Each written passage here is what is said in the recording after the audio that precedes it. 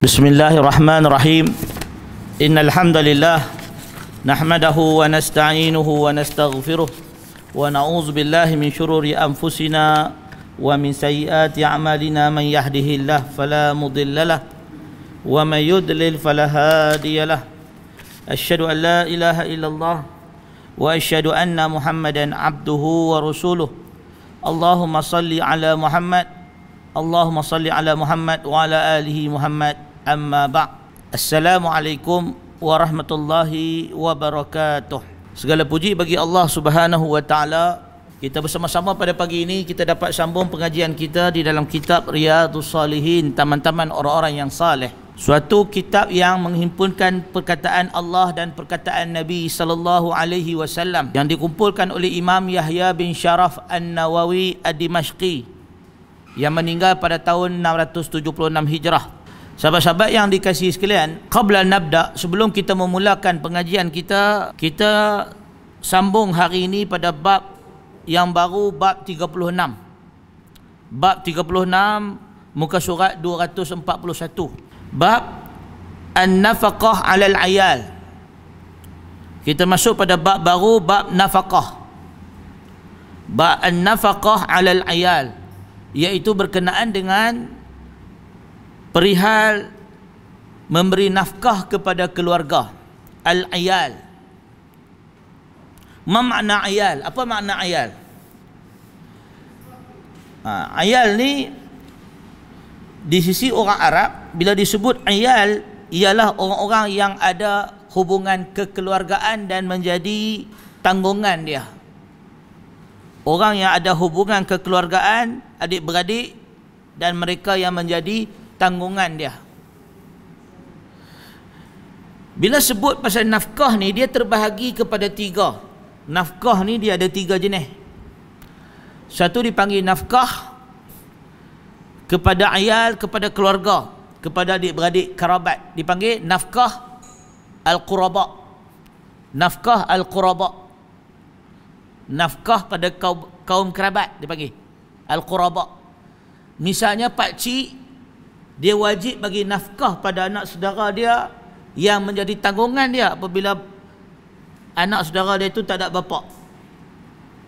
Atau datuk yang ada cucu yang tidak ada bapa, menjadi tanggungan dia untuk membiayai cucu dia. Hafiduh, dia punya cicit atau cucu dia. Maka kita sebut bahawa nafkah ni ada tiga. Satu, nafkah pada quraba. Quraba ni adik-beradik lah, kaum kerabat orang panggil. Yang kedua, nafkah ala milkun. Nafkah alal milk. Nafkah pada orang yang menjadi milik kita. Contoh, ada hamba. Hamba sahaya. Kita ada hamba. Hamba kita tu kita kena wajib bagi nafkah ke dia. Yang menjadi tanggungan kita lah, hamba kita. Atau kita pergi bela anak orang, anak yatim, anak angkat, wajib atas kita milk. Dan yang ketiga, nafkah az-zaujah, nafkah pada isteri. Ni tiga ni. Milk ni juga nafkah pada anak lah. Kita ada anak, duk bawa milkun lah, pemilikan. Anak kita, anak angkat, anak tiri, anak-anak yang kita bela lah, yang milik kita. Yang ketiga adalah nafkah az-zaujiyah, nafkah suami isteri. Ni nafkah kepada isteri lah, nafkah pada zaujah. Baik. Bab nafaqah 'alal 'ayal ni satu bab yang muhim, satu bab yang penting, dan dia menjadi isu. Dia menjadi isu pada zaman sekarang. Sebab sekarang ni dah ada mahkamah syariah, dah ada media massa, pakat duk upload ke media sosial. Laki tak bagi nafkah, keluarga tak bagi nafkah, macam-macam lah cerita bab nafkah. Jadi Allah Subhanahu wa taala mewajibkan kepada orang-orang yang beriman memberikan nafkah kepada sesiapa yang berada di bawah tanggungan mereka. Ini yang disebut oleh Allah Subhanahu wa taala dalam surah Al-Baqarah, dalam surah At-Talaq, dalam surah Saba.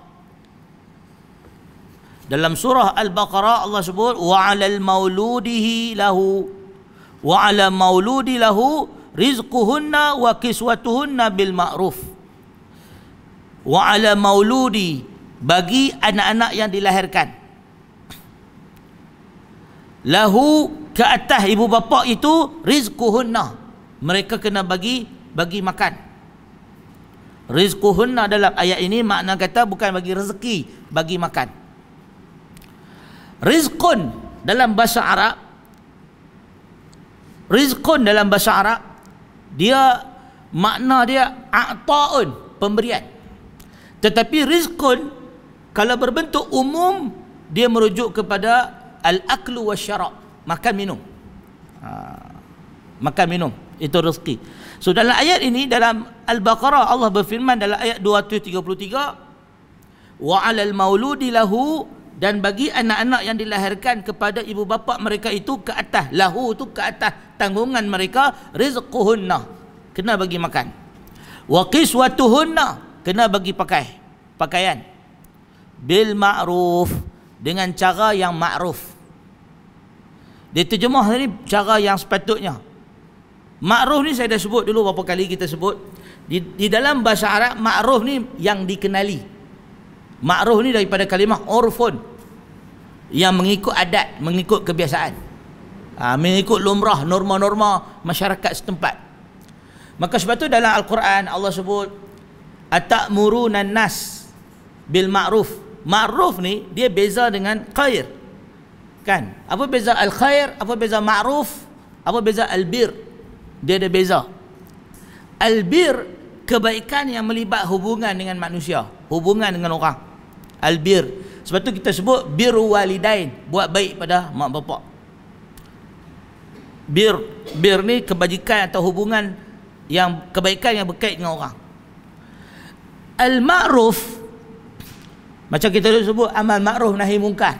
Ma'ruf tu, kalimah ma'ruf ni sesuatu yang diketahui oleh orang, kebaikan yang manusia pun tahu benda tu baik, kebaikan yang bersifat kemanusiaan, kebaikan yang tanpa agama turun pun manusia tahu benda tu baik. Itu dipanggil ma'ruf. Kalau al-khair, khair ni kebaikan yang hanya diketahui oleh manusia dengan wahyu. Itu beza dia. Al-khair, khair ni mana kebaikan yang tanpa wahyu kita tak tahu benda tu baik. Contoh sembahyang, tak ada siapa yang beranak-beranak dia nak pergi sembahyang, tak ada. Tak ada siapa budak-budak beranak-beranak kecil-kecil lagi dah celik akal, dia pun pergi ambil wuduk, angkat takbir sembahyang. Pasal apa? Pasal benda ni memang baik. Tak, dia tak tahu. Al-khair, dia kena ada wahyu mengajak dia, baru dia tahu itu khair. Tetapi kalau ma'ruf, budak-budak ni beranak-beranak lahir-lahir dah celik akal, dia reti malu. Malu tu semula jadi. Itu ma'ruf. Ma'ruf. Itu kena pandai beza. Jadi sebab itu bil ma'ruf ni mana kata mengikut kebaikan yang norma masyarakat setempat. Maknanya mengikut kebiasaan adat manusia. Itu makna ma'ruf. Maka sebab tu daripada ma'ruf ni lah orang duk ambil kalimah uruf. Urfun, adat kan, adat dan uruf. Sesuatu yang dikenal oleh orang, diketahui oleh orang. Baik. Jadi tanggungjawab ibu bapa bagi makan pakai pada anak-anak. Mengikut cara yang sepatutnya. Mengikut apa?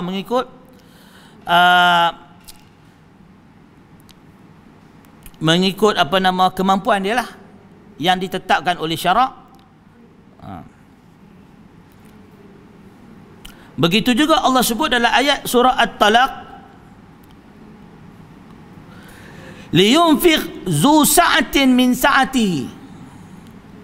Ini Allah Subhanahu wa taala dia sebut kalimah zu. Zu ni dalam bahasa Arab maknanya apa nama al-malik, orang yang memiliki sesuatu. Tamlik, pemilikan.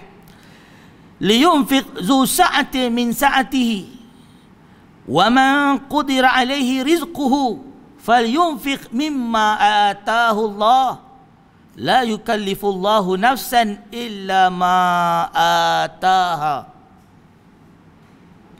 Maka Allah berfirman dalam surah Talaq, hendaklah yang memberikan zu sa'atin. Zu sa'atin ni maknanya orang yang ada kemampuan untuk memberi nafkah, bagi nafkah. dari min sa'atihi, daripada sa'ah. Sa'ihi, apa makna sa'ihi dalam bahasa Arab? Sa'ihi maknanya dia panggil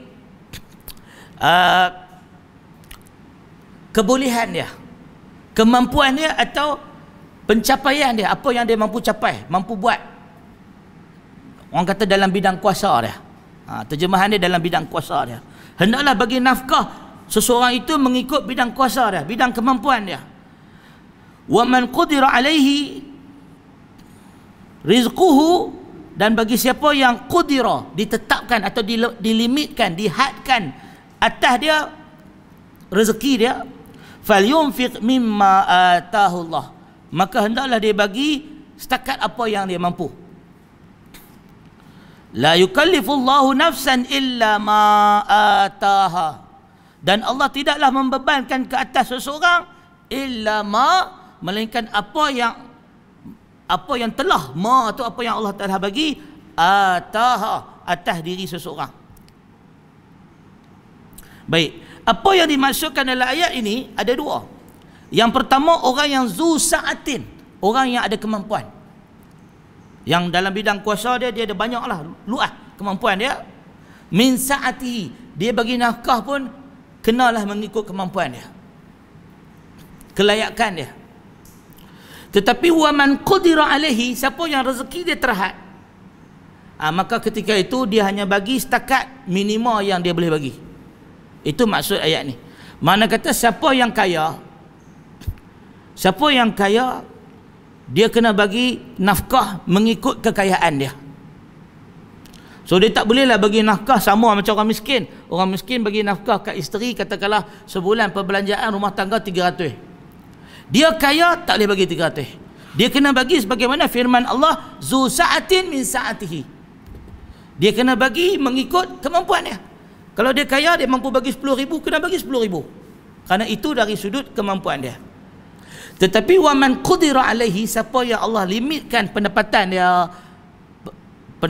terhad, kewangan dia terhad, falyunfiq, dia tetap kena bagi nafkah mimma atahullah, berdasarkan apa yang Allah bagi kat dia. Maka yang situ dia kena bagi hak setakat minima lah. Minima apa dia? Minima ada 3 dalam nafkah ni. Yang pertama, makan. Nafkah ni minima makan. Makan minum lah. Sekali makan tu kena sekali dengan minum lah. Jangan makan saja, tercekik pula kan. Sekali makan. Yang kedua, pakaian. Pakaian, kiswatun, pakaian yang menutupi dia. Pakaian. Yang ketiga, tempat tinggal. Tempat tinggal. Yang ni minima 3 yang disepakati ijma' oleh para ulama Islam, bahawa di kalangan para mazahib, imam-imam mazhab sepakat wajib bagi suami bagi nafkah pada isteri 3 perkara. Makan minum, pakaian, tempat tinggal. Yang dikatakan akal syai'. Akal syai' ini maknanya apa? Paling minima lah, paling rendah. Akal daripada kalimah apa? Qillah, qalil, sikit, paling sikit lah. Akal syai', paling minima pakaian dia 2 helai. Supaya satu dia boleh basuh, satu dia boleh pakai. Akal syai'. Makan paling minima sekali sehari. Sekali sehari. Habislah diet lah. Paling minima sekali sehari. Kira mana kata dia boleh makan, dia tak matilah. Akal syai', sekali sehari. Kan? Setakat hidup lah, sekali sehari. Akal syai', sekali sehari. Pakaian 2 helai. Satu pergi basuh, satu lagi pakai baju lah, tutup aurat. Dan yang ketiga, tempat tinggal. Tempat tinggal dia tak syarat mesti tanah lot, tak. Dia tak syarat tanah lot. Dia tak syarat rumah lot tepi, rumah banglo, rumah semidi, dia tak syarat. Rumah flat ke, rumah setinggan ke, dia tak syarat. Syarat dia akal syai', tempat tinggal, al-maskan. Al-maskan ni tempat duduk ni, dia kata boleh berlindung daripada 2 perkara, iaitu daripada dilihat orang, maknanya tak adalah berlubang-lubang orang nampak aurat, dan yang kedua daripada cuaca. Cuaca ni daripada jauh, daripada hujan ke, panas ke, apa tu. Satu je. So mana dia tak syarat mesti kena ada sliding door ke, tingkap ke, tak syarat tu. Aircon apa lagilah tak syarat, kipas pun dia tak syarat. Dia syarat dua aja, rumah tu tertutup. So kalau kata buat daripada kotak pun jadi, kira jadilah. Duk bawah jabatan, bumbung tak kena hujan lah kan, bawah jabatan, bawah kotak keliling, kira kalau bawah kotak cukup lah. Kira syarat minima tu akal syai' makbul lah, makbul, diterima. Itu dalam sudut syarak. Tuan-tuan kena faham, dari sudut syarak lain, dari sudut uruf adat lain lah. Duduk adat lalu nanya lah kan. Jadi para ulama bersepakat dalam hal ini 3 perkara, iaitu makan, pakaian dan tempat tinggal. Itu adalah nafkah. Maka sebab itu kalimah nafkah ni dalam bahasa Arab, lugatan dia, makna kata nafkah ni infak. Infak maknanya ikhrajul mal, ikhrajul mal, mengeluarkan harta. Nafkah ni daripada infak, ikhrajul mal.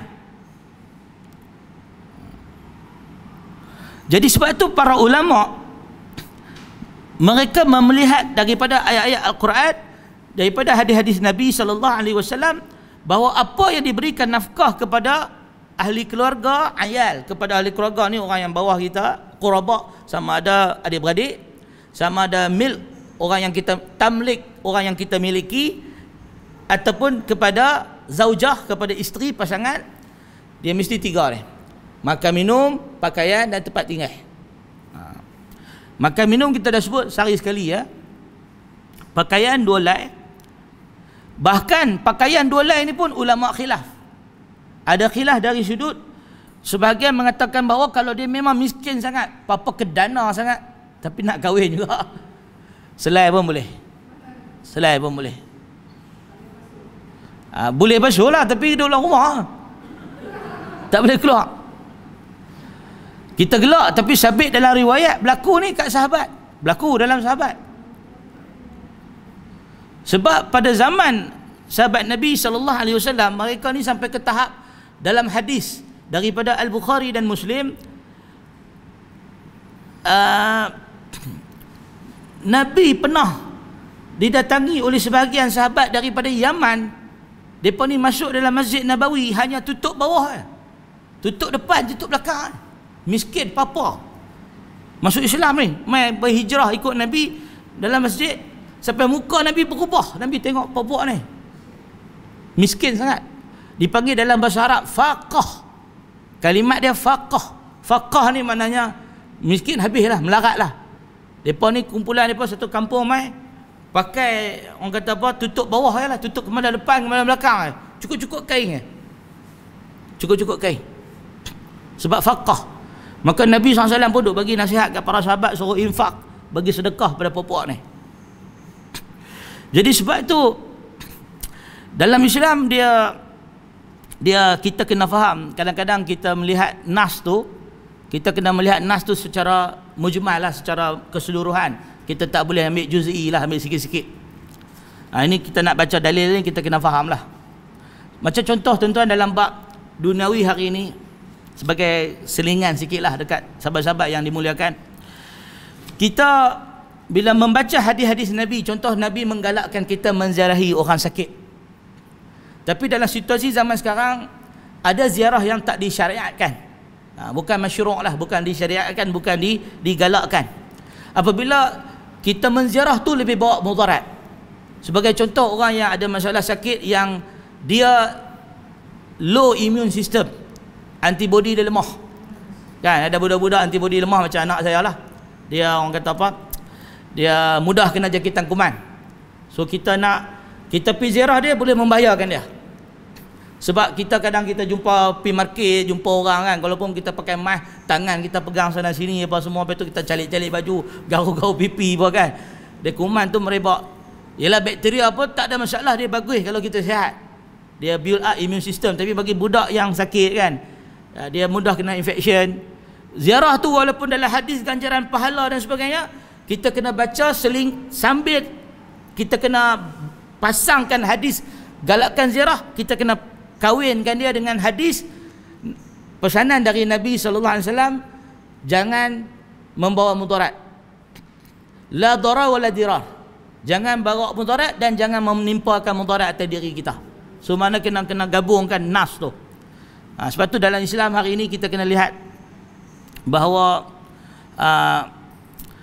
kita kadang-kadang apa yang Nabi sebut tu betul, tetapi dalam situasi tertentu umat Islam perlu melihat kepada maksud syarak tu sendiri. Itu dipanggil maqasid. Maqasid syarak, nak jaga agama, nak jaga nyawa, nak jaga jadi dalam keadaan-keadaan macam tu kita tak boleh, orang kata apa, jadi zahiri lah. Kita ambil zahir, tak boleh. Kita kena faham apa makna nas tu. Jadi sahabat-sahabat yang dikasihi sekalian, balik kepada apa yang kita sebut tentang nafkah ni, Allah sebut dalam ayat surah Saba, wa ma anfaqtum min syai'in, wa ma, dan apa-apa. Bila Allah sebut dalam Al-Quran wa ma, segala sesuatulah termasuk.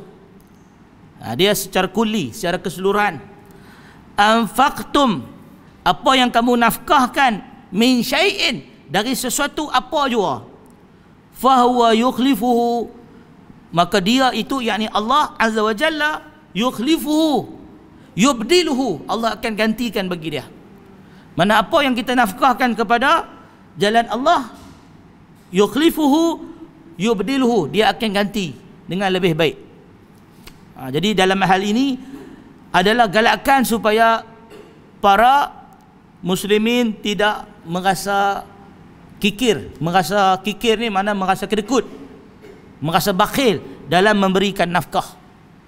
Sebab nafkah tu termasuk sedekah. Nafkah ni termasuk sedekah dan termasuk salah satu daripada amalan saleh, kebaikan yang kita buat. Jadi apa pasal nafkah ni jadi isu? Sebab dia tuan-tuan, orang Arab ni mereka terkenal cukup pemurah dengan orang asing. Tetapi orang Arab juga sangat terkenal cukup bakhil dengan keluarga dia.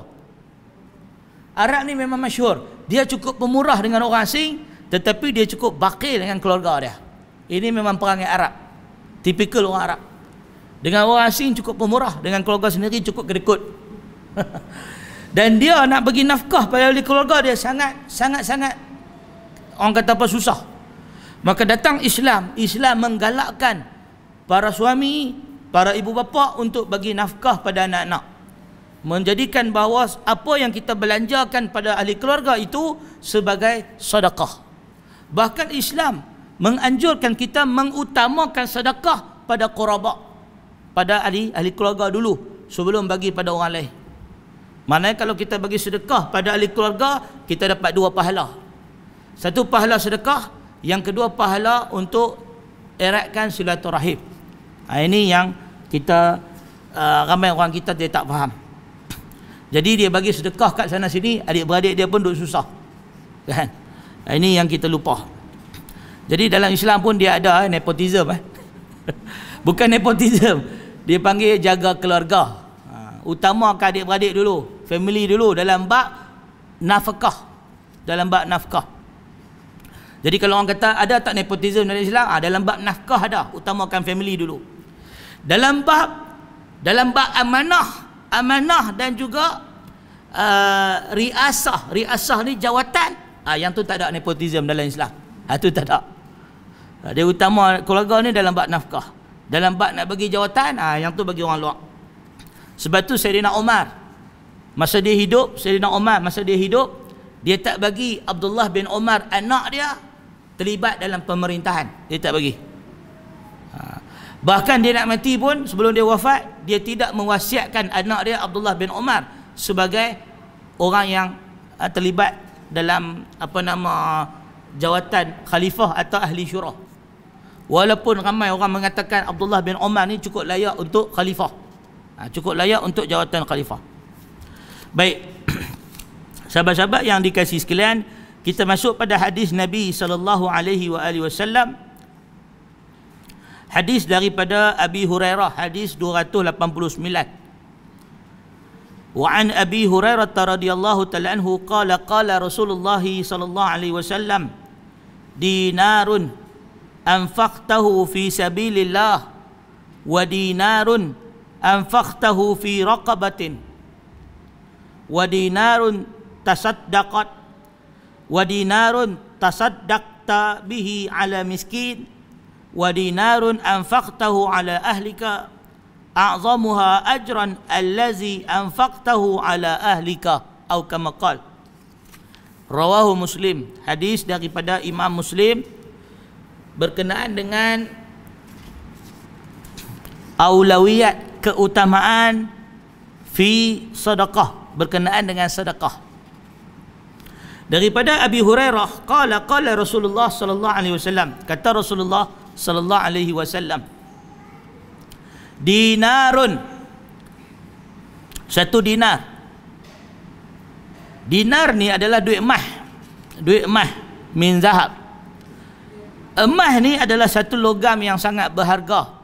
Dari zaman dulu lagi memang dah jadi mata wang. Jadi orang Arab ni daripada dua jenis mata wang, dinar dua dirham. Dirham daripada perak. Kok mana daripada Lombong duit emas ni? Kan? Pernah tanya soalan tak? Tang mana daripada Lombong ni? Mekah ada Lombong ke? Lombong emas. Dinarun anfaqtahu fi sabilillah. Nanti kita bincang pasal Lombong emas. Nanti kita ada, memang ada, bukan tak ada, ada. Ada. Dia pelombong emas yang paling berjaya dalam zaman dulu adalah Qarun lah. Qarun ni dia jumpa emas dalam tanah, dalam perut bumi. Allah jadikan dia mampu menemui emas dalam perut bumi sehingga dia kaya raya. Dinarun anfaqtahu fi sabilillah. Duit dinar yang kamu sumbangkan ke jalan Allah. Fi sabilillah. Apa makna sabilillah? Kata para ulama, sabilillah ayu sabil, semua jalan, liyakuna kalimatullah hiyal ulya. Sabilillah ni adalah semua jalan untuk mengangkat kalimat Allah atau menjadikan kalimat Allah tu tinggi. Maknanya dalam dakwah sabilillah, dalam ilmu sabilillah, dalam berjihad sabilillah. Litakuna kalimatullahi hiyal ulya. Apa-apa jua yang menjadikan kalimah Allah tu tinggi, itu sabilillah.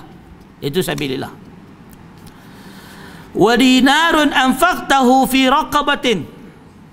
Dan dinar yang kamu berikan kepada raqabatin. Raqabatin ni adalah hamba, untuk memerdekakan hamba. Raqabah daripada kalimah riqab. Riqab ni tengkuk, tengkuk. Kan orang kalau hamba dia kena ikat tengkuk dia kan. Macam kalau kambing kan, kambing kita ikat kambing kan, kita kontrol kambing tu kena tambat. Dia tak bebas lah.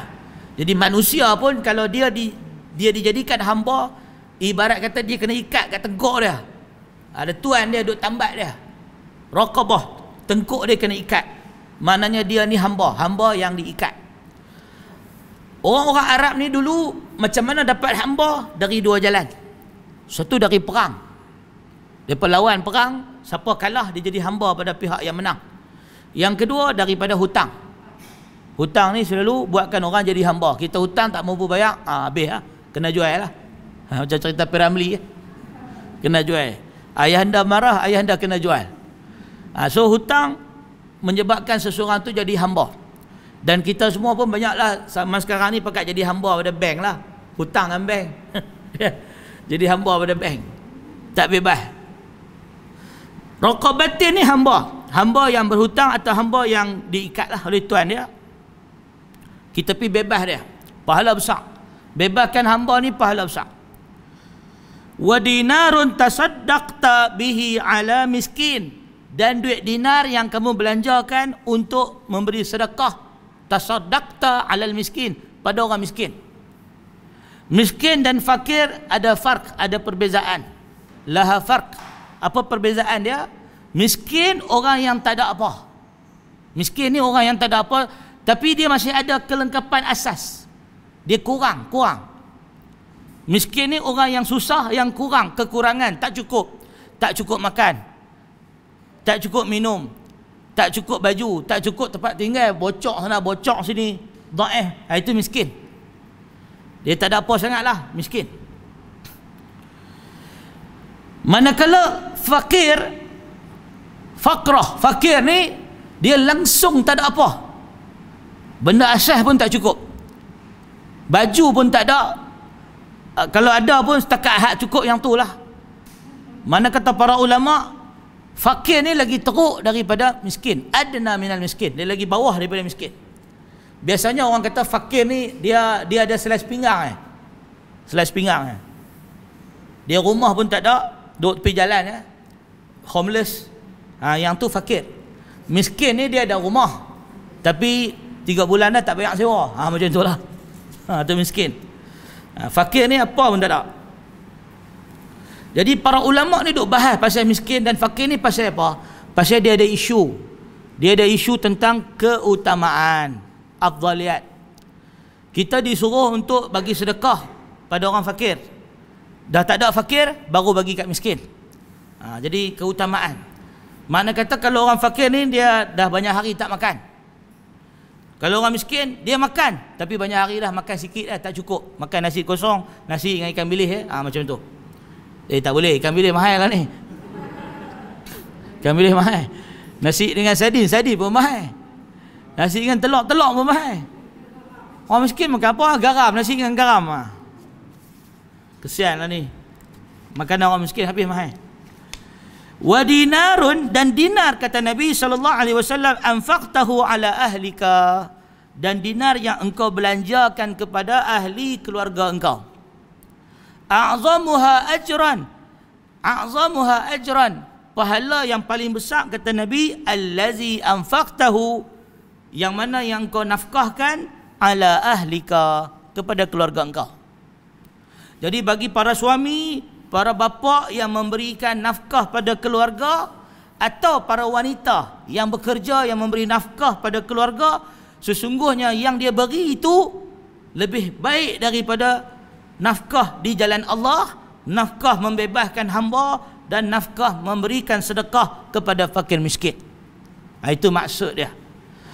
Kenapa disebut hadis ini kata para ulama? Supaya yang pertama untuk menjelaskan, supaya tidak ada rasa orang lain boleh sedekah. Kenapa aku tak boleh sedekah pada orang susah? Lebih baik aku sedekah pada orang susah dari bagi kat keluarga aku, biar keluarga aku lapar. Itu tidak betul. Itu tidak benar. Yang sebenarnya ialah dalam Islam, mengutamakan keluarga, bagi makan pada ahli keluarga itu adalah pahala yang besar, supaya tidak berlakunya peremehan. Remeh ni memandang remeh kepada usaha mencari rezeki yang halal. Itu maksud dia. Dia kata para ulama, kenapa hadis ni angkat betul-betul tentang kepentingan nafkah? Begitu juga hadis-hadis yang lain, supaya Islam ni nak bawa ajaran bahawa manusia kena kerja cari duit. Itu yang Islam nak. Islam cukup benci pengangguran.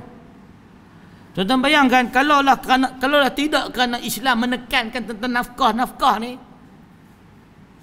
maka lelaki, para suami, para ibu bapa, para pemimpin keluarga, maka mereka rasa tidak ada kepentingan untuk berusaha mencari nafkah. Daripada mencari nafkah, baik kita pergi berjihad. Daripada mencari nafkah, baik kita pergi berdakwah, kan? Tetapi dengan adanya hadis-hadis, dalil-dalil yang banyak ni menunjukkan mencari nafkah, keluar pagi-pagi pergi kerja, itu perbuatan fi sabilillah sebenarnya. Yang kedua kata para ulama adalah supaya menjaga sistem masyarakat. Menjaga sistem masyarakat, iaitu menjaga keamanan dalam mujtama'. Bayangkan kalaulah tidak ditekankan kepentingan nafkah ni, berapa banyak ahli keluarga akan terabai. Isteri tak ada nafkah, anak-anak tak ada nafkah, rumah tangga bercakaran dan sebagainya, akan masalah. Maka sebab itu, untuk menjaga keharmonian rumah tangga, anak boleh pergi sekolah, isteri boleh menjaga anak-anak, keutuhan rumah tangga, maka ditekankan bab nafkah ni. Di Islam ni dia menyelesaikan masalah. Baik, muslimin dan muslimat rahimakumullah,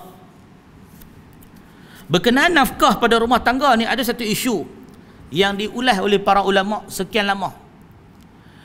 Islam ni tuan-tuan, dia seperti yang kita maklumkan, dia bukan agama lugu. Orang kata lugu. Lugu ni maknanya lurih kebendul, bukan. Dalam Islam, Islam agama yang praktikal. Praktikal ni maknanya murunah.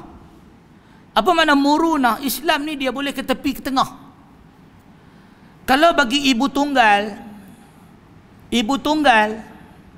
Dia keluar pagi-pagi pergi kerja, pergi kilang, bekerja di kilang, balik rumah bagi nafkah pada anak-anak dia. Sebab dia perempuan, adakah dia tak dapat pahala? Dapat. Maka nafkah ketika itu dapat pahala pada dia. Adakah seorang perempuan dia ada suami, suami dia bawa hidup suami dia bawa hidup, bangun pagi pukul 10, selak tudung periuk, selak tudung saji, ambil makan nasi, lepas tu tidur balik. Adakah sebab laki dia tu biawak hidup atau buaya darat, dia pun pergilah kerja, pergi meniaga di market, pergi buat kerja macam-macam, lepas tu dia balik rumah, beli makanan dan sebagainya, beli lauk, masak nasi kat laki dia, kat anak-anak dia. Adakah sebab sepatutnya laki dia yang kerja, laki dia tak kerja, dia tak dapat pahala? Dia dapat pahala. Maka kata nafkah ni, keutamaan nafkah ni pada siapa yang provide. Kalau laki provide, laki tu dapat pahala. Kalau perempuan tu provide, perempuan tu dapat pahala. Habis ustaz, laki tu biawak hidup. Tuan-tuan, tu saya kata Islam ni dia orang kata apa, dia praktikal. Ada setengah orang perempuan saya jumpa sendiri dengan mata kepala saya, laki dia memang biawak hidup lah, laki dia memang tak ada peranan apa sangat lah. Tugas laki dia start motor, lepas tu isteri dia naik, isteri dia bawa motor, isteri dia pergi kerja, laki dia balik rumah, balik bilik, sambung tidur. Tapi kenapa perempuan macam ni tak ceraikan laki dia atau tak minta cerai? Sebab dia kata, pertama, dia nak ada orang lelaki jaga dia, walaupun sebenarnya dia yang duk jaga lelaki tu. Dia nak ada orang lelaki. Perempuan dia rasa selamat kalau ada lelaki. Ada setengah perempuan dia tak kisah, dia kerja, dia tak kisah, dia dah biasa dah, dia dah kerja, dia biasa dah. Dia yang bagi sara keluarga, dia bayar bil, dia yang beli makan, beli apa semua, duit gaji dia. Yang penting laki dia duduk rumah tidur ke apa ke, bila dia rasa malam, rasa takut ada pencuri ke apa, ada laki kat rumah. Nak angkat tong gas, suruh laki angkat tong gas, kan? Nak tidur malam sejuk, ada laki boleh peluk, cukup lah. Ada setengah orang dia punya keperluan dia sangat minima, keperluan daripada suami tu sangat minima, ada laki pun dah cukup baik lah. Ada setengah orang macam tu. Maka bagi orang yang macam ni, maka Allah balas setimpal dengan keadaan mereka. Habis ustaz, laki tu syok lah ustaz. Jangan kira syok dari kacamata kita. Kacamata laki tu nanti dia akan hisap dengan Allah. Itu dia punya bicara lah. Yang kita duk nak menyibuk ni pasal apa? Betul tak? Bukan laki kita, laki orang. Bukan laki kita, laki orang. Biar apilah kat dia. Dia bahagia, dia happy macam tu. Yang kita pula duk bangga, laki kita keluar pergi kerja pagi-pagi, kan? Laki kita bawa kereta besar, laki kita keluar pergi kerja, laki kita hujung bulan ada bonus, 6 bulan bonus kerja syarikat minyak. Kita duk bangga laki kita kaya itu ini, laki kita romantik, beli hadiah Valentine kat kita, apa semua kerja dah. Tapi tiap-tiap bulan kita lah juga duk risau, laki kita ada pasal perempuan lain, laki kita duk dengan orang perempuan lain, laki kita duk pergi outstation, jumpa sekretari dan sebagainya. Sama ya. Kesimpulannya, rezeki ni tuan-tuan, dia tak boleh diambil oleh sesiapa pun. Allah dah tulis rezeki setiap orang. Setiap orang ada rezeki masing-masing. Tidak ada sesiapa boleh rampas rezeki orang lain. Maka sebab itu adalah satu perbuatan yang sangat bodoh dalam dewasa kini. Kita nak dikte kehidupan orang lain. Kita nak tetapkan kehidupan orang lain. Depan pengalaman mata saya duduk di hospital Pulau Pinang, duduk jaga anak saya. Ada di ward pediatrik, ward kanak-kanak. Ada yang budak-budak, laki jaga, suami dia jaga. Bini dia keluar pergi kerja. Bini dia pergi kerja kilang kat Sabang Perai. Isteri kerja kat Sabang Perai, kerja kilang. Suami dia yang duk jaga anak. Pagi suami dia jaga, petang suami dia jaga, suami dia mengasuh.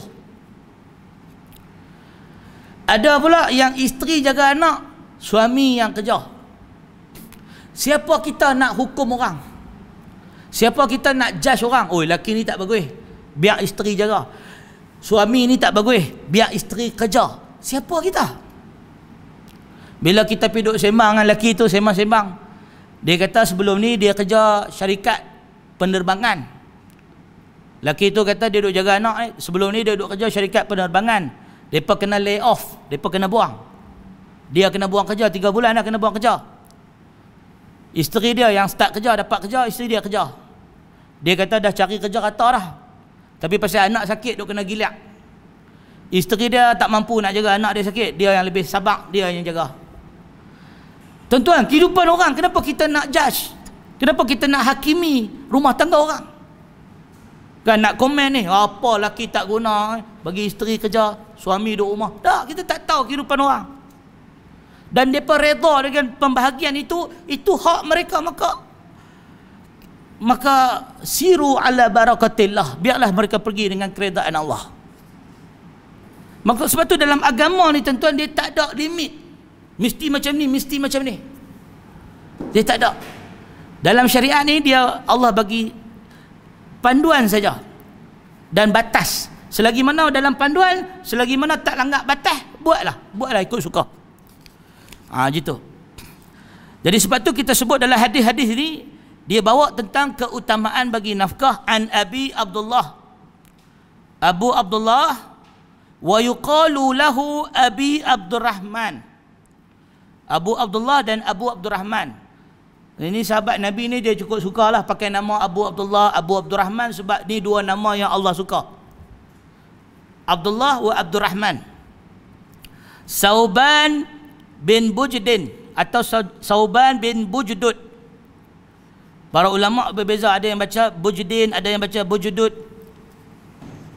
Sauban bin Bujdud maula Rasulullah sallallahu alaihi wasallam.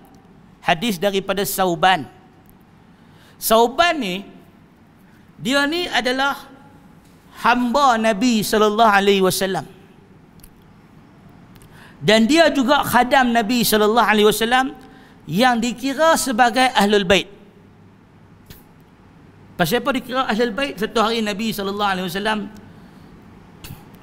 panggil ahli keluarga dia, panggil ahlul bait dia berkumpul.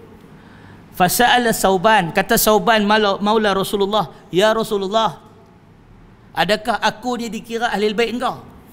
Aku ni dikira tak sebagai ahli keluarga engkau? Nabi kata, engkau termasuk ahli keluarga aku. Sauban. Maka Sauban ni dia termasuk ahli keluarga Nabi sallallahu alaihi wasallam. Dari sudut kehormatan lah, bukan dari sudut nasab. Dari sudut penghormatan. Sauban maula Rasulullah sallallahu alaihi wasallam. Sauban ni tuan-tuan banyak kelebihan dia. Selain daripada doa dia yang mustajab, Sauban ini adalah termasuk orang yang dijanjikan syurga. Satu hari Nabi SAW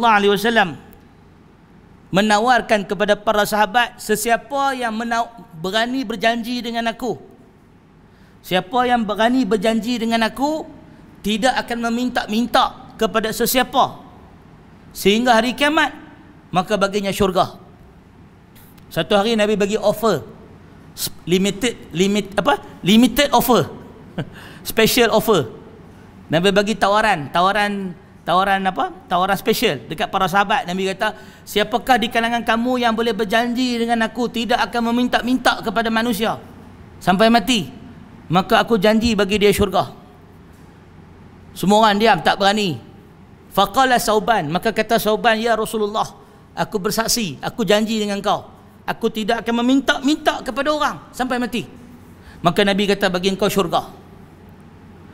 Maka Sauban bin Bujdud ni, dia dalam riwayat, sejak dia berjanji dengan Nabi SAW, dia tak pernah minta apa-apa pada orang. Walaupun kalau barang dia jatuh, dia tak akan minta orang tolong ambil angkat, sebab dia janji dengan Nabi. Sauban ni. Maka pada zaman Abu Bakar, bila Abu Bakar jadi khalifah, Abu Bakar bagi sumbangan kat dia, dia tak mau, dia tak ambil. Umar bagi sumbangan kat dia tak mau ambil. Dan dia kekal dengan keadaan dia sampai dia wafat. Sauban bin Bujdud. Tuan-tuan, kalau bagi sumbangan kat kita, kita ambil lah. Kita bukan Sauban. Kita siap semayang tahajud pun kita pun nombor akaun. Orang kita ni kadang-kadang kan, apa-apa pun kita nak orang sumbang kat kita. Sumbangan ni tuan-tuan, dia ada 3 jenis. Pemberian orang kepada kita, satu sedekah ni orang bagi kat kita ada 3 jenis. Satu yang tidak diminta. Sedekah yang tidak diminta ni lah yang paling barakah. Jadi kalau tuan-tuan nak bagi sedekah kat saya, jangan tunggu saya minta lah. Sedekah yang tidak diminta tu barakah. Barakah pada orang yang memberi, barakah pada orang yang menerima. Yang tu yang kita panggil sedekah bizahril ghaib. Sedekah orang tak tahu. Sedekah secara sir, pemberian secara sembunyi. Sedekah sembunyi-sembunyi ni tuan-tuan merupakan sunnah yang dah terpupus. Sunnah yang telah terpupus. Zaman Nabi, zaman sahabat, sedekah sir ni cukup banyaklah. Anak cucu Nabi, Sayyidina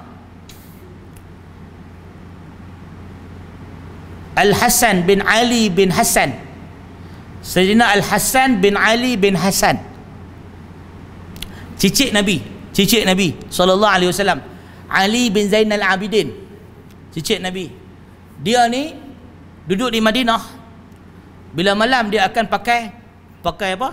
Purdah, pakai penutup muka, macam pendekar semutar hitam tu. Kan? Penutup muka. Dia akan pergi ke Madinah tu, dia duk bawa roti, bawa gandum, pergi letak dekat rumah-rumah orang fakir miskin. 70 buah rumah di Madinah tu dia duk bagi makan. Tiap-tiap malam. Dan setiap bulan dia akan bagi duit untuk membiayai rumah-rumah tu. Siapa pun tak tahu. Adik-beradik dia, keluarga dia pun tak tahu. Sampailah dia wafat. Bila dia meninggal dunia, mayat dia bila orang buka dia punya apa? Baju dia nak mandikan dia punya bau dia ni ada bekas duk galah beg, galah bebanan yang berat lah. Bau dia sengit, duk galah bebanan yang berat. Dan bila dia mati, barulah sedekah yang tersebar di Madinah tiap-tiap malam tu terhenti. So orang tahulah dia lah yang duk bagi sedekah selama ni. 70 keluarga dia duk support cicit Nabi sallallahu alaihi wasallam. Menunjukkan bagaimana para salaf mereka cukup menjaga sedekah secara sir. Dia memberikan keberkatan pada orang yang menerima dan orang yang memberi. Dia punya niat dan juga amalan dia terpelihara, hati dia terjaga. Sedekah yang kedua, sedekah ketika memerlukan. Sedekah ketika orang perlu, orang minta. Yang ni pahala dia besar. Tetapi ini adalah sedekah yang tidak disukai lah. Maksud kata sedekah yang tak disukai, di dalam Islam kata Nabi SAW, bukanlah orang yang fakir orang yang meminta-minta, tetapi orang yang fakir orang yang menahan diri, sedangkan dia lebih memerlukan daripada orang lain. Maknanya orang yang fakir ni dia kena bersabar, jangan duk minta-minta. Tetapi orang yang ada duit disuruh mencari orang fakir. Dia macam tu. Hak ada duit kena pergi cari. Bukan duk tunggu tak ada orang minta pun. Dah. Pasal orang yang miskin dia tak boleh meminta, dan orang yang ada kena pergi cari. Barulah dia ada kesinambungan. Ini orang miskin tak cari, hak kaya pun tak pergi, yang kaya tak pergi cari, yang miskin tak meminta. Mati keringlah begitu. Sebab tu kena saling tolong-menolong, keseimbangan. Maka sedekah bahagian yang kedua ni sedekah ketika mutir, ketika memerlukan. Satu orang dia ketika sangat-sangat syarat memerlukan bantuan, kita pergi bagi bantuan. Yang ni bagus. Yang ni bagus, tetapi bagus berkat pada yang memberi, tetapi tidak baik pada yang meminta. Kalau yang awal tadi sedekah sir, dua-dua berkat, bagi bagus, hak menerima pun bagus. Yang kedua, bagus pada yang memberi, tidak bagus pada yang meminta. Sedekah yang ketiga, sedekah ketika yang memberi itu dalam kesusahan. Orang yang nak memberi sedekah tu, dia sendiri pun susah dan dia bagi sedekah ketika dia dalam kesusahan. Yang ini yang dipanggil al-isar. Al-isar, sedekah yang terbaik. Sedekah yang terbaik. Dan yang menerima pula makruh bagi dia menerima sedekah dalam keadaan macam ni. Jelas Sebagian ulama mengatakan bahawa Sebaik-baik sedekah adalah sedekah ketika mana kita dalam kesusahan. Kita sendiri susah, kita pergi bagi sedekah ke orang. Itulah yang terbaik. Jadi muslimin dan muslimat rahimakumullah, dan orang yang menerima sedekah terbaik, dia berkah, dia menerima dan kadang dia tak minta. Dia pun tak tahu siapa bagi. Yang kedua, dia menerima sedekah dalam keadaan dia meminta. Yang tu tak bagus. Tapi dia terpaksa sebab dia mutir. Yang ketiga, dia menerima sedekah dalam keadaan dia tidak ada keperluan, sekadar mencukupkan diri dia, maka yang itu makruh. Yang tu makruh. Jelas? Baik, muslimin dan muslimat rahimakumullah. Daripada Sauban, qala Rasulullah sallallahu alaihi wasallam, afdalu dinar yunfiquhu rajulu dinarun yunfiquhu ala ayalihi wa dinarun yunfiquhu ala dabbatihi fi sabilillah wa dinarun yunfiquhu ala ashabihi fi sabilillah, atau kama qala. Kata Nabi sallallahu alaihi wasallam, afdalu dinar, sebaik-baik dinar yang kamu sedekahkan adalah yunfiquhu rajulu dinarun yunfiquhu ala ayalihi. Sebaik-baik dinar yang kamu sedekahkan adalah dinar yang kamu sedekahkan kepada ahli keluarga. Itu nombor satu. Wa dinarun yunfiquhu ala dabbatihi fi sabilillah. Dan dinar yang kamu nafkahkan untuk kenderaan di jalan Allah. Dabbah ni binatang tunggangan. Kamu bersedekah untuk membeli binatang tunggangan berjihad di jalan Allah. Ada dua sebab, tuan-tuan. Pada zaman Nabi SAW, jihad ni tak perlu duit. Jihad, tuan-tuan, tak perlu duit pada zaman Nabi, kecuali dalam dua keadaan: beli senjata, beli kenderaan. Para sahabat Nabi pergi perang, mana dapat gaji? Mana dibayar gaji? Habis tu kenapa bila nak pergi perang, Nabi minta sumbangan? Sebab nak beli senjata dan nak beli binatang tunggangan. Sebab apa, tuan-tuan? Kerana binatang tunggangan ni, dia menentukan faktor kemenangan dalam peperangan. Orang panggil, dia panggil apa? Saya tak ingat kalimat dalam bahasa Arab, tapi dalam bahasa Inggeris dia panggil chariot. Chariot ni naik kereta kuda tu. Binatang tunggangan ni dia memberikan kelebihan strategi ketenteraan. 100 pasukan musuh berjalan kaki dengan 100 pasukan musuh berkuda. Hak berkuda tu nilai dia 5 kali ganda yang jalan kaki ni. Dia langgar sekali ya, mampu habis hak jalan kaki. Jelas. So tentera berkuda ni tentera yang berbahaya dalam medan perang. Dia ada kenderaan. So kalau pergi perang bawa kuda, kuda tu boleh langgar musuh. Kuda tu boleh membunuh musuh. Kuda perang. Maka sebab tu antara punca kejayaan pasukan Tatar, sebab mereka memiliki tentera berkuda yang terhebat. Ya, dia punya Mongol kan, tentera Mongol, Genghis Khan kan, dia ada pasukan berkuda dia. Kuda dia pun hebat. Jadi pasukan berkuda daripada zaman Rom lagi memang hebat. Jadi kalau berjihad dalam medan perang, kalau ada duit, kita beli kuda, beli unta, beli binatang tunggangan, maka peratusan kemenangan perang tu lebih terjamin. Maka itu sebab kata para ulama, kenapa dabbah atau peperangan dalam jihad ni memerlukan kenderaan. Dan kenderaan juga diperlukan untuk bawa barang-barang. Bawa pinggan mangkuk, bawa air, bawa bekalan makanan, bawa binatang. Kalau manusia bawa, saya lagi hak galah tu pun tak larat nak angkat pedang lah. Kan? Aku penat lah, dah dekat berapa batu dah aku duk angkat ayak ni. Ni nak angkat pedang lawan pula, tak larat lah, mati lah. So tak. Maka digunakan binatang untuk angkat barang-barang tunggangan. Wa dinarun yunfiquhu ala ashabihi fi sabilillah. Dan dinar yang afdal adalah dinar yang kamu gunakan untuk membantu para sahabat di jalan Allah. Bantu kawan-kawan di jalan Allah. Bantu orang yang nak berjihad, yang tak ada peralatan, pergi beli pedang kat dia. Tak ada perisai, pergi beli perisai kat dia. Baik. Hadis riwayat Muslim dengan sanad yang sahih.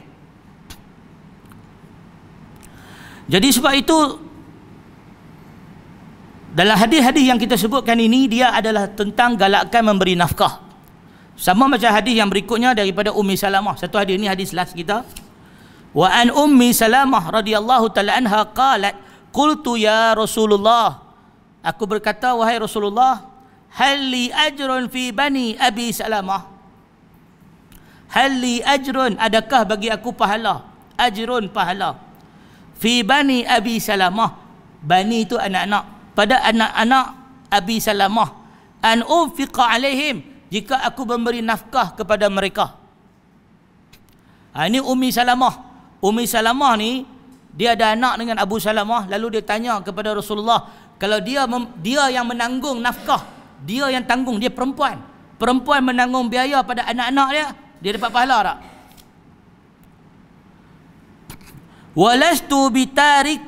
Walastu bitarikatihim hakaza wa hakaza, kerana aku tidak sanggup membiarkan mereka ke sana dan kemari. Aku tak sanggup mereka ni pergi sana sini. Innamahum baniya,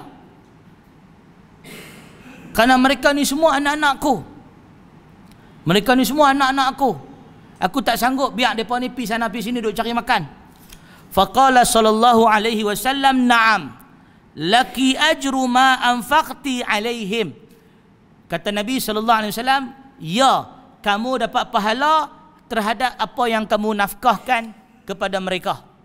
Hadis riwayat Al-Bukhari dan Muslim, muttafaqun alaih. Sahabat-sahabat yang dikasihi sekalian, hadis ni ada banyak pelajaran. Daripada Ummi Salamah. Ummi Salamah ni nama dia Hindun binti Abi Umayyah. Nama sebenar Ummi Salamah Hindun binti Abi Umayyah. Beliau meninggal dunia pada tahun 68 Hijrah. Beliau meninggal dunia pada tahun 68 Hijrah, menjadikan beliau sebagai isteri Nabi yang paling akhir meninggal dunia. Sebagian riwayat mengatakan beliau sebagai isteri Nabi yang paling akhir meninggal dunia, Ummu Salamah. Nama dia Hindun binti Abi Umayyah. Meninggal dunia pada tahun 68 Hijrah di Madinah.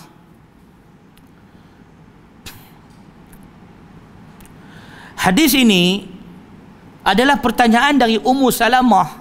Adakah dia dapat pahala kalau dia membiayai nafkah anak-anak dia? Apa yang tuan-tuan faham hadis ni? Maksudnya hadis ni, seorang perempuan tanya Nabi, kalau dia pergi kerja, itu maksud dia. Kalau dia keluar pergi kerja cari duit, dia dapat pahala tak bagi duit ke anak-anak dia? Kau tak boleh. Ke aku ni perempuan, aku kena duduk rumah, kena biar anak-anak yatim aku ni pergi minta duit ke orang. Aku tak boleh pergi kerja sebab aku perempuan, duduk rumah ya. Nabi kata tak. Nabi kata, na'am laki ajru ma anfaqti alaihim. Nabi kata, bagi engkau dapat pahala atas apa yang engkau bayar nafkah, engkau belanjakan pada mereka. Maknanya hang pergi cari duit, hang pergi kerja, hang ada duit, hang jaga anak-anak hang dapat pahala. Itu maksud dia. Maka hadis ni juga bagi keizinan pada wanita untuk bekerja jika mereka tidak ada orang lain yang boleh bagi nafkah. Maka para wanita yang bekerja lepas tu dapat duit, dapat pendapatan, dia sara anak-anak dia dapat pahala. Habis ustaz, laki saya tak payahlah. Dia duk kira laki dia pula. Ini masalah orang perempuan. Habis ustaz, orang laki tak payah buat apa? Orang laki tak payah. Tak. Laki kalau dia yang bekerja, dia dapat pahala. Kalau laki yang kerja, dia dapat pahala. Habis kalau perempuan kerja, sara, dia pun kamu dapat pahala. So maknanya dalam Islam, kalau laki bini masing-masing pergi kerja, sepatutnya kalau betul-betul faham sunnah, mana-mana wanita yang bekerja, kalau dia betul-betul faham sunnah, dia berebut dengan laki dia nak bayar bil. Itu sebab nak dapat pahala. Dia tak bagi laki dia bayar. Abang, ni elektrik ni saya bayar. Ayak saya bayar. Abang kesian kat abang tak payah bayar. Habis loan kereta itu pun saya bayar. Ni lauk-lauk dapur saya bayar. Saya ada gaji, saya bayar semua. Pasal apa? Pasal saya nak dapat pahala ni. Pahala lebih besar daripada pahala fi sabilillah. Nabi sebut pahala lebih besar daripada fi sabilillah. Pahala lebih besar daripada pahala membebaskan hamba. Pahala lebih besar daripada memerdekakan, memberi sedekah pada orang miskin. Ni pahala bagi secara keluarga ni, saya dapat pahala. Habis duit abang buat apa? Duit abang simpan lah, abang nak kahwin lain. Itu isteri impian lelaki tu.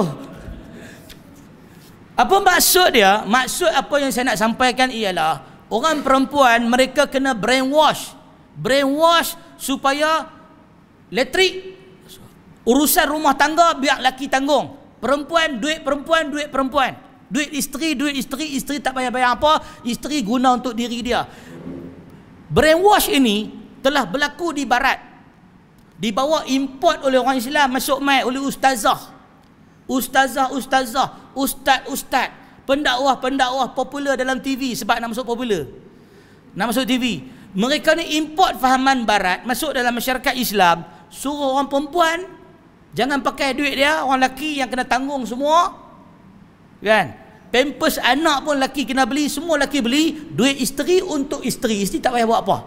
Duit dia guna enjoy untuk dia. Pemikiran ini melahirkan wanita-wanita yang penting diri, wanita-wanita yang bersikap individualistik, wanita-wanita yang tak fikir pasal orang lain, tak ada empati, tak ada individualistik. Dan wanita yang macam ni lah yang akan mendidik anak-anak penting diri. So jangan petikailah kenapa zaman sekarang orang parking kat tapak OKU. Parking OKU orang ambil pasal apa? Pasal mereka fikir diri sendiri, dididik oleh mak-mak yang fikir diri sendiri, yang hanya blame orang lain, tak fikir tentang apa sumbangan dia. Erti hidup pada memberi. Kebahagiaan hidup adalah pada berkorban untuk orang lain, untuk memberi. Itu dalam DNA wanita. Sebab itu Allah menjadikan perempuan melahirkan anak, dia berkorban melahirkan kehidupan. Itu dalam DNA dia, fitrah dia. Fitrah wanita, dia berkorban untuk melahirkan anak. Dia berkorban menyusukan anak, dia berkorban tidur dia, keselesaan dia, kebahagiaan dia untuk anak-anak dia, untuk keluarga dia, dan dia bahagia dengan pengorbanan dia. Itu DNA fitrah yang Allah tetapkan pada wanita. Datang orang-orang kafir benci pada fitrah yang Allah tetapkan, ingin menjadikan wanita-wanita ini kufur pada suami, kufur pada agama, kufur pada kehidupan mereka, dan menjadikan mereka penting diri. Maka sejak itu perempuan dia berhias untuk diri dia, bukan untuk suami, untuk diri dia. Tu yang ada slogan tu, beauty for yourself. Dia mula nak mencantik untuk diri dia. Kepuasan diri dia lagi penting daripada kepuasan rumah tangga dia, suami dia, anak dia apa. So tuan-tuan bayangkan perempuan macam ni lah yang mendidik generasi penting diri. So jangan pelik lah kenapa orang buang sampah tepi jalan, kenapa lautan kita polluted, penuh dengan plastik, kenapa masyarakat kita tebang balak dan sebagainya. Pasal kita semua pekat penting diri, lantak pilih apa nak jadi masa depan. Tapi tuan-tuan tengok, mak bapak yang melahirkan generasi berkorban, nenek moyang kita, mak kita dulu, nenek kita dulu, laki pergi kerja, dialah masak nasi kat laki, dialah buat nasi kat laki, dialah tuang ayak kat suami. Kita kata patriarki, kita kata ni sistem patriarki, sistem menghamba perempuan. Tapi perempuan yang macam hamba itulah, perempuan yang berkhidmat kat suami itulah, yang cium tangan laki itulah, melahirkan anak jadi profesor, anak jadi saintis, anak jadi doktor, anak jadi engineer, anak-anak dia berjaya. Mak-mak yang duk so-called educated ni, yang handbag dia harga sampai 4-5 ribu ni, kan? Dia belanja gaji untuk dia, tak peduli ke orang lain. Kita tengok anak dia ada ADHD, anak dia ada masalah tu, anak dia ada penyakit ni, anak dia ada penyakit ni, anak dia itu, anak dia ni, masalah itu, masalah ni. Tuan-tuan tengok, Allah uji masyarakat kita. Sebab tu saya kata dalam rumah tangga ni tuan-tuan, laki bini kalau mula nak kira gaji, duit laki, duit perempuan, duit isteri, duit gaji, memang lingkup lah, bungkus lah rumah tangga tu, bungkus lah. Tak bungkus. Saya pernah tengok depan mata saya laki bini.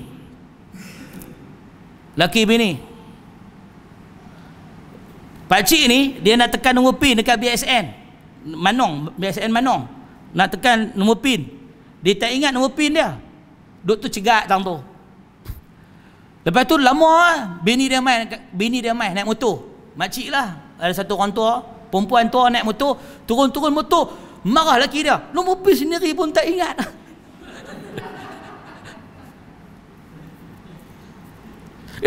Nombor PIN sendiri pun tak ingat. Dia pun bagi tahu laki dia nombor PIN nak ambil duit pencen. Tekan bank lah. Nampak tak tuan-tuan? Maknanya nombor PIN isteri yang ingat kan, laki tak ingat, laki lupa, bini dia ingat semua.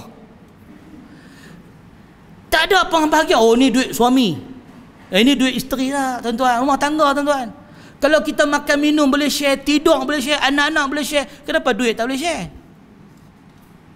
Oh ini hak ustaz, ni hak saya, hak saya. Main hak ni kira bungkus lah.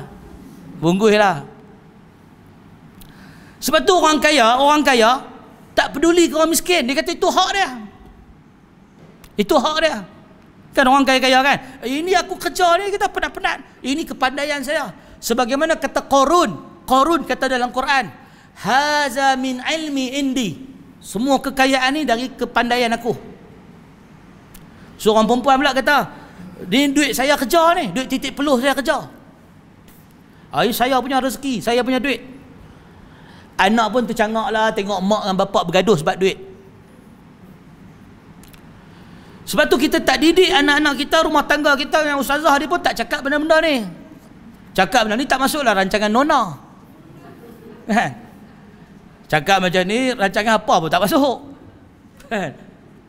Sebab tu kita kata rumah tangga ni tuan-tuan, saling tolong-menolong.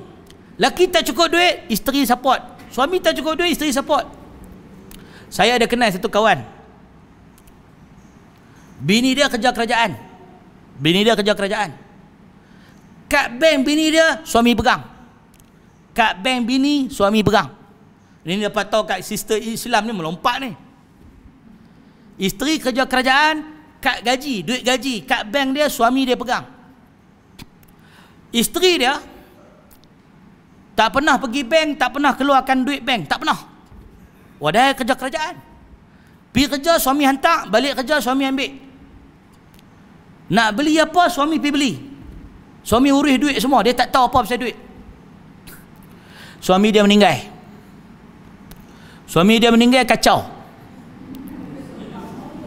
Kacau. Suami dia meninggal, dia kacau. Anak dia kena panggil anak balik. Sebab anak dia nak kena buat urusan bank, kena bayar bil elektrik, bil telefon, kena bayar itu, kena bayar ini, bayar cukai, kena pergi ambil duit gaji. Tanyalah mak takkan tak tahu. Mak dia kata masa dia hidup dulu, arwah bapa hang hidup dulu, semua dia buat. Kad bank aku dia pegang, aku tak tahu apa. Lepas tu anak dia bawa lah dia pergi ambil duit, cucuk duit, ambil duit apa semua. Ni mak pegang duit sendirilah. Mak dia kata, ish, susah lah hang pegang lah duit mak. Mak dia kata, mak tak minat lah duit-duit ni. Mak nak fokus ibadat, mak kerja balik nak ibadat ya. So tuan-tuan, rumah tangga mereka Masya Allah bahagia. Anak-anak berjaya, orang soleh-solehah. Tak ada lah pula sebab dia tak pegang duit dia sendiri, dia jadi susah, dia jadi menderita. Tak ada, okey. Apa maknanya tuan-tuan? Kebahagiaan bukan letak pada duit, bukan letak pada hak siapa. Kebahagiaan letak pada hati kita dan niat kita. Apa tujuan kita nikah? Masya Allah, bahagia rumah tangga ni. Sampai matilah orang tua tu. Laki dia pegang, dia tak pernah pergi kad bank, dia pun tak tahu macam mana nak tekan ATM. So itulah nak tunjuk kat kita bahawa bila kita baca hadis-hadis ni, kita kena faham. Dalam Islam dia bukan ada bab fiqh saja, bab hak-hak. Dia ada bab akhlak, dia ada bab jiwa, tazkiyah, penyucian hati. Jadi sebab tu saya pesankan rumah tangga, suami ada gaji, gunakan duit gaji bagi isteri bahagia. Bawa isteri shopping, bawa isteri makan tempat sedap kalau mampu. Belanja untuk isteri, itu sedekah. Isteri ada gaji, bayar hutang suami, bayar bil-bil rumah dan sebagainya, belanjakan untuk suami dan keluarga. Sebab sabit dalam hadis, seorang wanita bertanya kepada Nabi, ya Rasulullah, adakah aku boleh memberi zakat kepada suami aku? Nabi kata boleh. So isteri bagi duit kat suami bukan benda yang kecil, terpuji bagi. Tiba-tiba ada pula orang kata, ustaz, orang perempuan ni dia tak boleh bagi duit kat laki, nanti laki terbiasa mengharap duit dia. Sudah. Dalam hubungan rumah tangga tuan-tuan, kita tak boleh bersikap begitu. Kita saling bergantung antara satu sama lain. Itu yang diajar oleh Nabi SAW. Kalau mengkira duit siapa, saya harap perkahwinan itu dapat bertahanlah, bersabarlah. Itu memang dugaan yang sangat besar dalam kehidupan. Jadi saya rasa cukup sekadar itu. Subhanakallahumma wa bihamdika asyhadu an la ilaha illa anta astaghfiruka wa atubu ilaih wa akhiru da'wana alhamdulillahi rabbil alamin. Allahumma faqihna fid din wa 'allimna ta'wil wahdina ila siratikal mustaqim. Rabbana atina fid dunya hasanah wa fil akhirati hasanah wa qina azabannar. Walhamdulillahi rabbil alamin. Assalamualaikum warahmatullahi wabarakatuh. Bismillahirrahmanirrahim. Assalamualaikum warahmatullahi wabarakatuh. Tujuan saya memberi sedikit sepatah dua kata ni untuk memaklum kepada tuan-tuan yang kami merupakan media yang merakam kuliah-kuliah asatizah sunnah di Ipoh Perak terutamanya, dan kami lebih mengharap kepada bantuan dari segi infak bulanan bagi tujuan gerak kerja lah. Antaranya kita nak servis kita punya barang-barang, peralatan, equipment, kemudian membayar gaji kita designer dan juga internet bulanan. Samping itu kita ada buat daurah-daurah ilmiah, dan daurah ni pula kita bagi percuma saja. Makan kita bagi, kemudian kita bagi buku daurah. Kita sasarkan daurah ni bulanan lah. Sebab itu pada poster kami ada beritahu yang kita minta infak ni antara tujuan lain adalah untuk daurah bulanan juga, selain daripada gerak kerja lah, insyaAllah. Dan pada tuan-tuan yang nak infak ke akaun di bawah ni, akaun di bawah ni adalah akaun pertubuhan, pertubuhan kebajikan Mishkah Kinta Perak. Di situ kami akan gunakan duitnya untuk gerak kerja, daurah-daurah ilmiah yang percuma. Kita tak ada yuran ke apa, tak ada. Ya, semua percuma je kita bagi, insyaAllah. Allahu a'lam. Assalamualaikum warahmatullahi wabarakatuh.